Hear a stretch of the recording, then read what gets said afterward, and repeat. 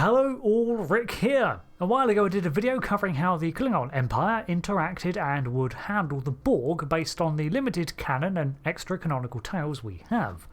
This time I'm looking at the Dominion in much the same vein. However, there's far less to go on, so up front this is going to be far more speculatory as we have exactly no interaction between the Borg and the Dominion. Except for one thing. That is, spoilers, Picard Series 3. And even then, that's not of major use, as the changelings that were colluding with the remnants of the Collective in 2401 were merely an offshoot of the Dominion. So I'll get to that, but for now, the only thing it serves to highlight is that the Dominion and the Borg were aware of each other for sure, and evidently had the knowledge to communicate in some form. We can infer some other things too. So, let's take a look at some things we can learn. For a start, we know for sure that the Borg had a presence in the Gamma Quadrant.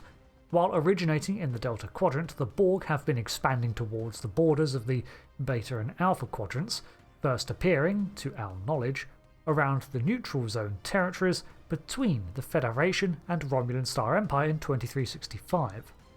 Starfleet may have been investigating rumours long before this, however. Check out my video covering that for more.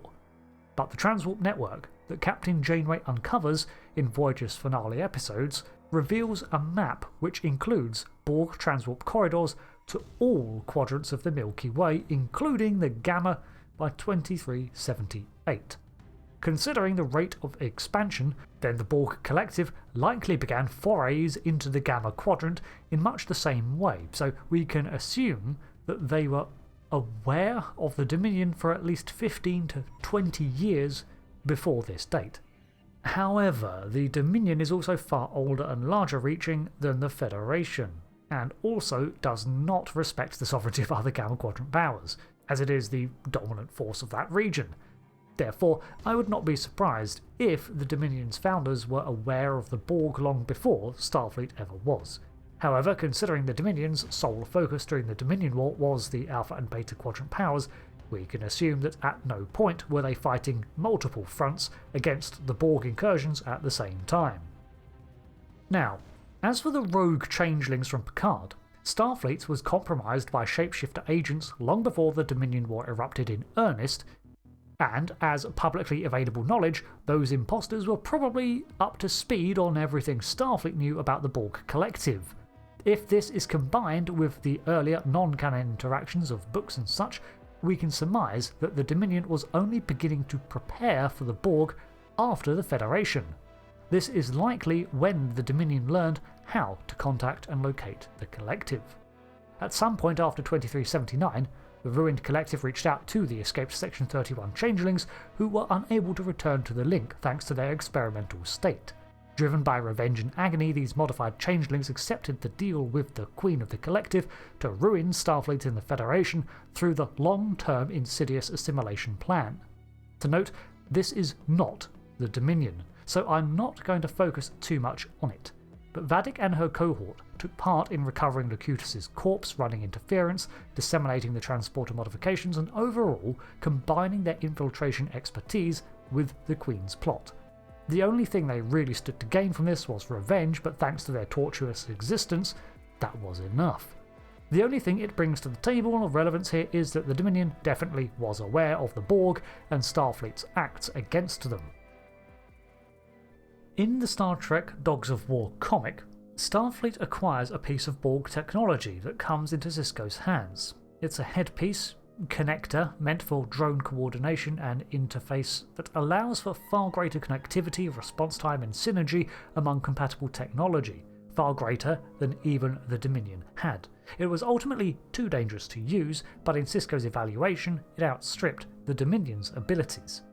The Borg also seemed incapable of assimilating a natural changeling.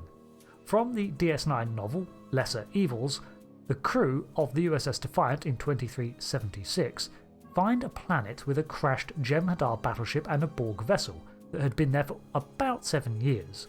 This incident yielded survivors, including a changeling that was then recovered by the Federation and escorted back to the link. There is a reveal that yes, the drones did attempt to assimilate the Changeling, but the fact that a morphogenic matrix of a founder is so different and even lacks cellular structure, well, the nanites were unable to assimilate anything familiar. Despite this, they didn't give up, and the afflicted Changeling had to resort to internally gathering the nanites and crushing them with internal pressure to destroy them. The same book establishes that yes, the Collective was expanding into the Gamma Quadrant as a secondary objective around the same time as their forays into the Alpha. However, when Species 8472 entered the scene, the encounters with the Dominion were put on hold. Likewise, the question of if they could assimilate the Jem Hadar remains open. As biological entities, the Borg likely could. Their ferocity and biological shrouding would be assets to the Borg for sure, but the Jem Hadar dependence on Ketracel White would need to be addressed. I believe that in time the Borg could overcome this, with the wealth of technology at their disposal, but in the short term a Jem Hadar drone would have a shelf life. In the Star Trek Adventures sourcebooks, we can find a correspondence from A. Wayun to a founder, where he summarises the learned information on the Collective. It mentions that it was the information obtained from the Cardassians and their embedded spies in the Federation that truly alerted the Dominion to the Borg. It also hints that early detections along the fringes of their territory, furthest to the Delta Quadrant, match Borg signatures, but a meeting had not happened yet. He speculates on the same things brought up here and includes every obtained Federation document on the Borg, noting a single cube to be a major threat, warranting a fleet to destroy it.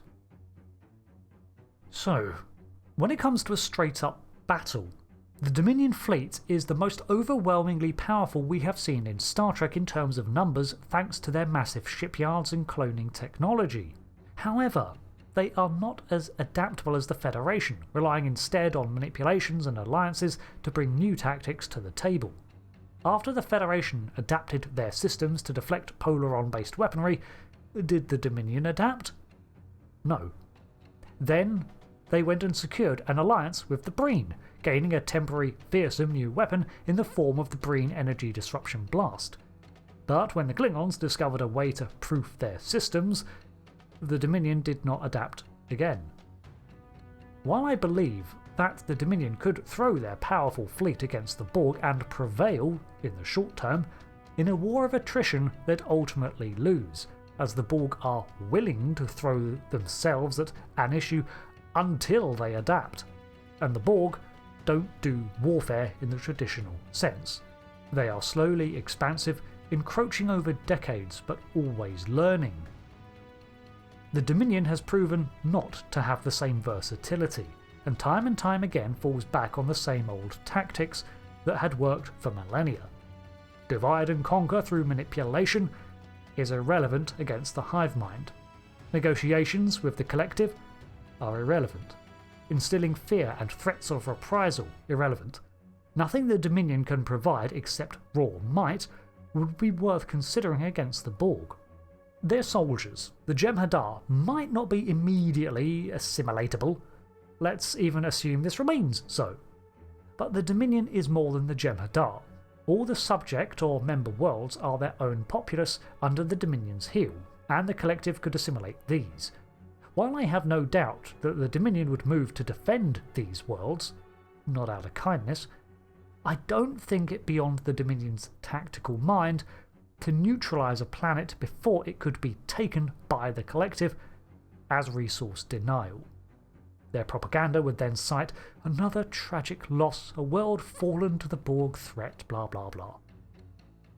The Dominion could respond to a Borg threat with immediate and overwhelming firepower, even to the point of destroying their own worlds to prevent assimilations. This would work to quarantine smaller incursions until the Collective had success in adapting to the Dominion. Then it's just going to be fallback after fallback for the Gamma Quadrant's monolith. Honestly, the only technology that I think is worth anything against the Borg Collective is perhaps their genetic engineering. In the same way that Starfleet managed to create a nanovirus to infect the Borg Collective I think the Dominion could eventually synthesize a similar thing and would have zero qualms about using it. After all, they routinely infect entire planets with pathogens as punishment. It's ironic then, isn't it, that the so-called Principled Federation ended not only the Borg Collective with such a thing, but also the Dominion War in a way that the Dominion would no doubt condone themselves. Ultimately, the Dominion got lucky, and the Borg got unlucky, that the Federation became the Borg's target first. By the time the Dominion was on the cusp of receiving the Collective's attention, Species 8472 happened, then Janeway happened, and the Borg threat fell, meaning that it's unlikely that the Gamma Quadrant will ever have to suffer the full wrath of a Borg invasion.